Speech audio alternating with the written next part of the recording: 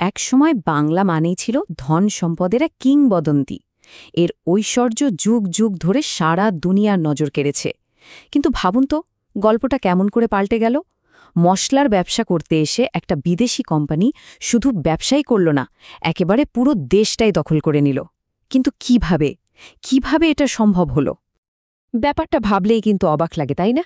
একটা trading company যাদের একমাত্র কাজ ছিল লাভ করা, তারা কি করে একটা গোটা অঞ্চলের শাসক হয়ে বসল? এর পেছনের গল্পটা কিন্তু বেশ জটিল। এখানে আছে সীমাহীন লোভ, সাংঘাতিক ষড়যন্ত্র আর কিছু মর্মান্তিক বিশ্বাসঘাতকতা। চলুন একটু পেছনে ফেরা যাক। ব্রিটিশরা আসার অনেক অনেক আগে থেকেই বাংলা ছিল ধন সম্পদে ভরপুর এক জায়গা। এর নামডাক এতটাই ছিল যে নানা দেশ থেকে মানুষ এখানে ছুটে আসত। তো এত নামডাকের কারণটা কি? কারণটা হলো বাংলার অবিশ্বাস্য সব সম্পদ। এখানটার জগৎবিখ্যাত সিল্ক, সেই কিংবদন্তির মাসলিন কাপড় আর সুগন্ধি মশলার আকর্ষণ, এগুলোই ইউরোপের ব্যবসায়ীদের চুম্বকের মতো টেনে এনেছিল। আসলে এই অফুরন্ত ধনসম্পদই ছিল তাদের আসল টার্গেট। তবে একটা কথা মনে রাখতে হবে, ব্রিটিশরাই কিন্তু বাংলায় প্রথম বিদেশি শক্তি নয়। বহু শতাব্দী ধরে এই ভূমিতে শাসন করেছে একের পর এক বড় বড় সাম্রাজ্য, যেমন ধরুন মৌর্য, গুপ্ত, পাল আর সবশেষে মোঘলরা।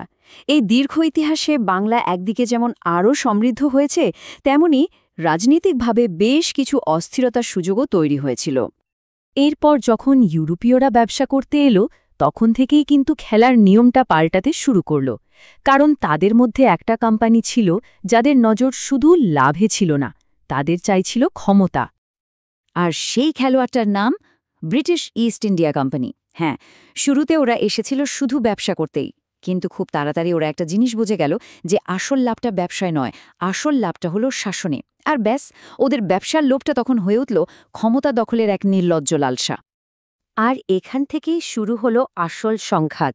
একদিকে বাংলার নবাব সিরাজউদ্দৌলা, যিনি নিজের শাসন আর সার্বভৌমত্ব ধরে রাখতে চান, আর অন্যদিকে কোম্পানি, যারা ট্যাক্স না দিয়ে ব্যবসা করতে চায়, নিজেদের দুর্গ বানাতে চায়। কিন্তু সমস্যাটা শুধু এখানেই ছিল না। নবাবের নিজের দরবারেই তখন ষড়যন্ত্রের জাল বোনা হচ্ছে। মির্জাফর, ঘসিটি বেগমের মতো কাছের লোকেরাই তার বিরুদ্ধে চলে গেল। আর কোম্পানি, ওরাই ভেতরের ঝামেলাকে দারুণভাবে নিজেদের স্বার্থে কাজে লাগালো। এই সব কিছুর ফলাফল কি হল? ১৭৫৭ সালের পলাশির যুদ্ধ। এটাই ছিল সেই টার্নিং পয়েন্ট। রবার্ট ক্লাইভের ছোট্ট একটা সেনাবাহিনী জিতে গেল, ভাবা যায়। আর জেতার মূল কারণ ছিল একটাই, নবাবের সেনাপতি মির্জাফরের বিশ্বাসঘাতকতা। এই একটা যুদ্ধ, আর তাতেই বাংলায় ব্রিটিশ শাসনের ভিত গেঁথে গেল। কিন্তু এই জয়ের জন্য বাংলাকে যে কি সাংঘাতিক মূল্য দিতে হয়েছিল, তা কল্পনাও করা যায় না। এর পরের গল্পটা শুধুই শোষণ, অত্যাচার আর দুর্ভিক্ষের এক করুণ কাহিনী। পলাশির পর ক্লাইভ এক অদ্ভুত সিস্টেম চালু করল, নাম দিল দ্বৈত শাসন। মানেটা কি? খুব সোজা, টাকা পয়সা আদায় আর মিলিটারির ক্ষমতা সব থাকবে কোম্পানির হাতে। আর নবাব, তিনি শুধু নামেই নবাব, দেশ চালানোর দায়িত্ব তার, কিন্তু তার হাতে কোনো টাকাই নেই। মানে সব দায়িত্ব নবাবের, কিন্তু সব ক্ষমতা আর টাকা কোম্পানির। এটা আসলে দায়িত্ব ছাড়া শুধু লুট করার একটা নিখুঁত প্ল্যান ছিল। এই ভয়ঙ্কর শোষণের সাথে যোগ হল টানা কয়েক বছরের খরা। ফলাফল এক বহাভয় দুর্ভিক্ষ। অবস্থা এতটাই খারাপ ছিল যে বাংলার প্রায় 1/3 মানুষ, মানে প্রায় 1 কোটি মানুষ না খেতে পেয়ে মারা গিয়েছিল। ভাবা যায়, 1 কোটি মানুষ। ইতিহাসে এই দুর্ভিক্ষটা ৭৬-এর মন্বন্তর নামে পরিচিত। কেন? কারণ এটা হয়েছিল বাংলা সন ১১৭৬-এ। এই নামটা আজও কিন্তু ঔপনিবেশিক শোষণের একটা ভয়ঙ্কর প্রতীক হয়ে আছে, একটা গভীর ক্ষতচিহ্নের মতো। কিন্তু এত কিছুর পরেও বাংলার মানুষ কিন্তু চুপ করে বসে থাকেনি। ধীরে ধীরে সব জায়গায় প্রতিরোধ দানা বাঁধতে শুরু করল। আর ব্রিটিশরা, তারা এই প্রতিরোধ ভাঙার জন্য নতুন চাল চালল।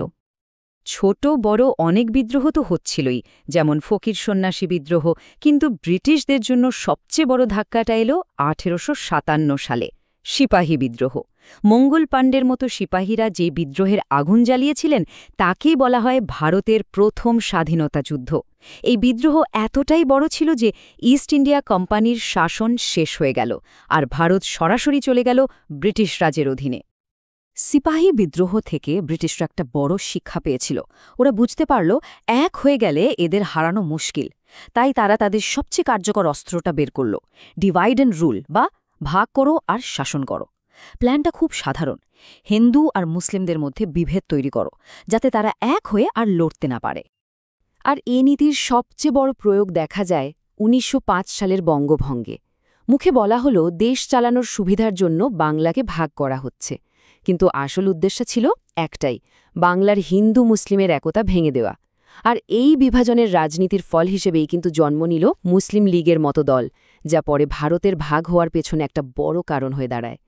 শেষ পর্যন্ত প্রায় ২০০ বছর পর স্বাধীনতা এলো, কিন্তু সেই স্বাধীনতা এলো একটা বিরাট ক্ষত নিয়ে, দেশভাগের ক্ষত। ঘটনাগুলো খুব দ্রুত ঘটছিল। ১৯৪০ সালে লাহোর প্রস্তাবে মুসলিমদের জন্য আলাদা দেশের দাবি উঠল, আর তার ঠিক ৭ বছর পর ১৯৪৭ সালে ব্রিটিশরা ভারত ছাড়ার সময় দেশটাকেও ২ ভাগ করে দিয়ে গেল, ভারত আর পাকিস্তান। আর এই দেশভাগের শিকার হল বাংলা। আবারও বাংলাকে দ্বিতীয়বারের মতো ভাগ করা হলো। হিন্দু অধ্যুষিত পশ্চিমবঙ্গ ভারতের অংশ হল, আর মুসলিম অধ্যুষিত পূর্ববঙ্গ চলে গেল পাকিস্তানের সাথে, যার নাম হল পূর্ব পাকিস্তান। এই পূর্ব পাকিস্তানই কিন্তু পরে স্বাধীন বাংলাদেশ হয়ে জন্ম নেয়। তো ২০০ বছরের শাসন শেষে বাংলা ব্রিটিশদের থেকে মুক্তি পেল, এটা ঠিক।